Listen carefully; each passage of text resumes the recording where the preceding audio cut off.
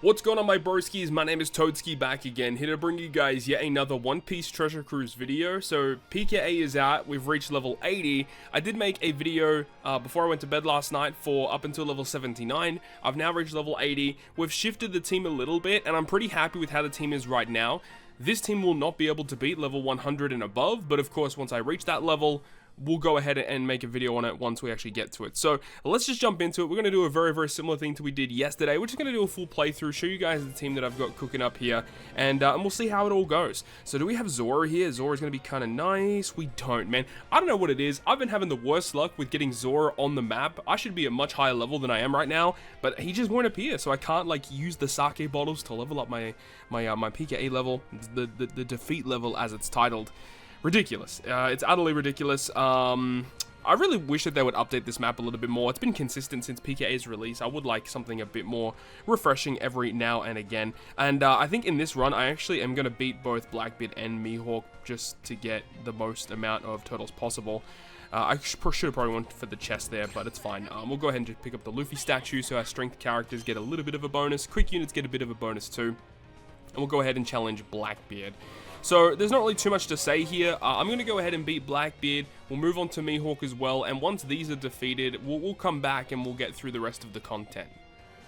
So Mihawk and Blackbeard are now defeated, and I know that some people may also ask this in terms of how I kind of deal with these mid-map bosses. I always keep them at relatively low levels, and I just use the max amount of point multiply characters that I can, just to make it a bit more efficient, a bit easier to actually take them down. Usually pick up turtles from these if you want the other characters from the shops, pick up the green tickets so you can accumulate them as much as possible. So moving forward, I am probably just going to try and go for that Rainbow Favorites chest to potentially land some more sake bottles to get to 150 as soon as I possibly can. My luck has been terrible though in terms of actually getting sake bottles and getting Zoro to appear. It's been pretty bad. Go ahead and pick up the Usopp statue. Like, we could land on Nojiko here, but Nojiko doesn't really help us that much because I'm not using any of the new characters for my team, so that's fine. We'll pick up a Zoro statue and hopefully land some sake bottles here, which would be pretty nice. We don't, so I'm just going to pick up the cola because the other two are kind of worthless for me. And I feel like they should kind of update that, you know? I feel like a lot of the other things, like the abilities to, you know, upgrade the effects of, you know, Usopp and Nami and stuff, like, I don't really use them that much. I don't know if you guys in the comment section actually do that either. I just don't really use them. The only ones I really use are going to be basically just Zoro, and that's kind of it. It depends though. I know that I understand that some people want to, you know, reduce the power of the enemy with the Usopp abilities or buff your crew with the Sanji abilities. I personally don't even screw around with those because if your team has to use those effects in order to beat it, it's probably not going to be a good team. But I get it. Depending on the situation, that might be the way forward you may have to approach the boss with. Let's have a look at this Usopp though, Arlong fight though. I'm going to go level 83. I'm going to start scaling up my my levels here and we'll see how things go. So the team that I am using though, I'm going to go ahead and pick up Uta as a friend captain for this team. So I did use Uta in my team yesterday with the friend captain of one of the new legends. So I'm not doing that this time around. This time around I am just using just Uta as the friend captain. And this is the squad that I have. And this is kind of interesting because I feel like this will definitely work until level 99, but once you get past level 100, this team will not work.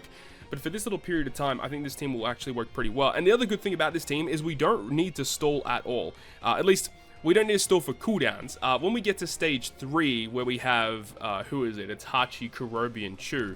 We do a little bit of stall there because, you know, when you get to deeper levels of PKA, it's legit just way more efficient to not even bring characters to deal with the stuff on stage 3 because usually the stuff on stage 3 is not that significant in hindering your ability to beat the content.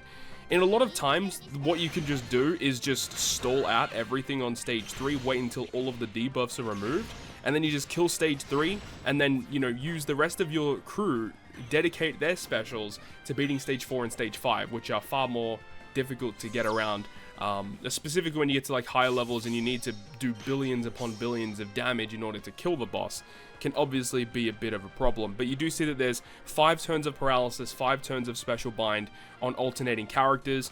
So we're just going to stall all this out, and they also add a barrier, a tandem slot barrier for 1 turn.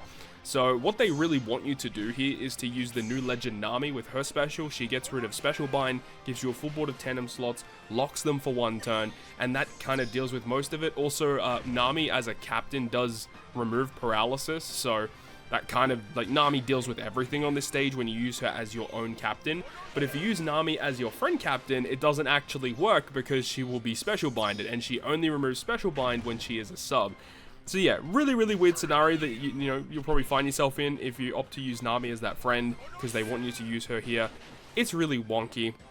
Not really a big fan of the design of that, honestly. Where they kind of want you to use the legend as your own captain only. It doesn't really work if you have him as the friend captain. Really not a big fan of that design. So we're just going to go ahead and get rid of all this, you know, just, we're going to tank this hit pretty well because, you know, Law with his massive damage reduction, and we get quite a lot of healing with Law and the host ship. It definitely adds up. So the special bind is going to be removed after the next turn, so we can just kill here and move on to stage 4, and then we can worry about the gimmicks on the next stage. And of course, Law is not actually boosted by the friend captain Uta, so do keep that in mind. But Law does boost everyone on the team, but Law is not boosted by the friend captain. But Law's just a really nice captain because he can generate Wano slots. So if you get an Int Orb, it gets transformed into a Wano slot instead, which is where this Sengoku is super, super good here. Because we can use his special ability to get rid of the enemy's damage reduction here. And there's also another key reason why we use him is because of the supports that Sengoku gets access to. First of which, we're going to use that Uta special. I used her in my other video as well. Uta's really nice for this. Of course, her captain ability is phenomenal, dealing with all of that special reverse and the paralysis. We just don't even need to worry about it at all. But Uta's special ability, the turn progress activated effect is absolutely insane. Legit, one of the most broken mechanics in the game. We'll go ahead and skip past it though. We'll go ahead and use the super type as well, the super class, which will give us a bit of healing, because at full HP, Law gets the higher magnifier to his captain ability. So he's not going to be at full HP, but after we kill this stage, we will be at full HP, which is good. I can't remember if there's a health code on the next stage. Either way, we're going to use the Sengoku special now. So Sengoku, he will go ahead and remove enemy's Rainbow Shield by 5 turns, and he changes orbs in our right side of the crew into Int. And of course, Law as a captain transforms them into Wano slots. So that's really cool. And then we can have the support of Hina, Legend Hina from Treasure Map Legends. That Hina support will lock our crew slots for 1 turn. Such a good support. And then we can go ahead and use the Trafalgar Law special ability. Now, the reason why we use Law here is because when Law has a Wano slot after his orb change has been activated, he's going to extend the duration of orb boosts and the chain boundary from Law's actual special, and there is also end of turn damage that lasts for multiple turns. So we can carry the end of turn damage and the chain boundary into the next turn, which is kind of important because there is now chain attack down inflicted to us here on level 80 and above. And from here, we can start actually doing damage. Now, Nezumi does have a combo hit barrier, so that is obviously annoying. We've got to break through that, and we are going to be killing Genzo here. Now, this means that the attack down, this 98 turns of attack down that the enemy is given to us, we're not actually removing it, but it doesn't make that big of a difference for this team, at least up until level 99. So let's go ahead and kill Nezumi, get the job done, and we'll finish on Nami, because Nami will get the biggest type advantage, of course. And the end of turn damage should kill Genzo as well, because it's quite a lot of end of turn damage.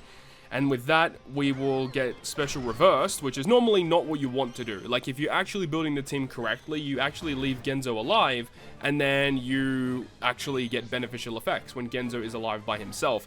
But it kind of screws up the buffs on your side of the field, because if you stall a turn, the 3 turns of this end of turn damage and the chain boundary from Law doesn't actually carry over. So that's the big, like, negative effect of the way that this content is kind of structured.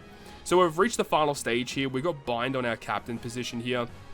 There is the resilience as well.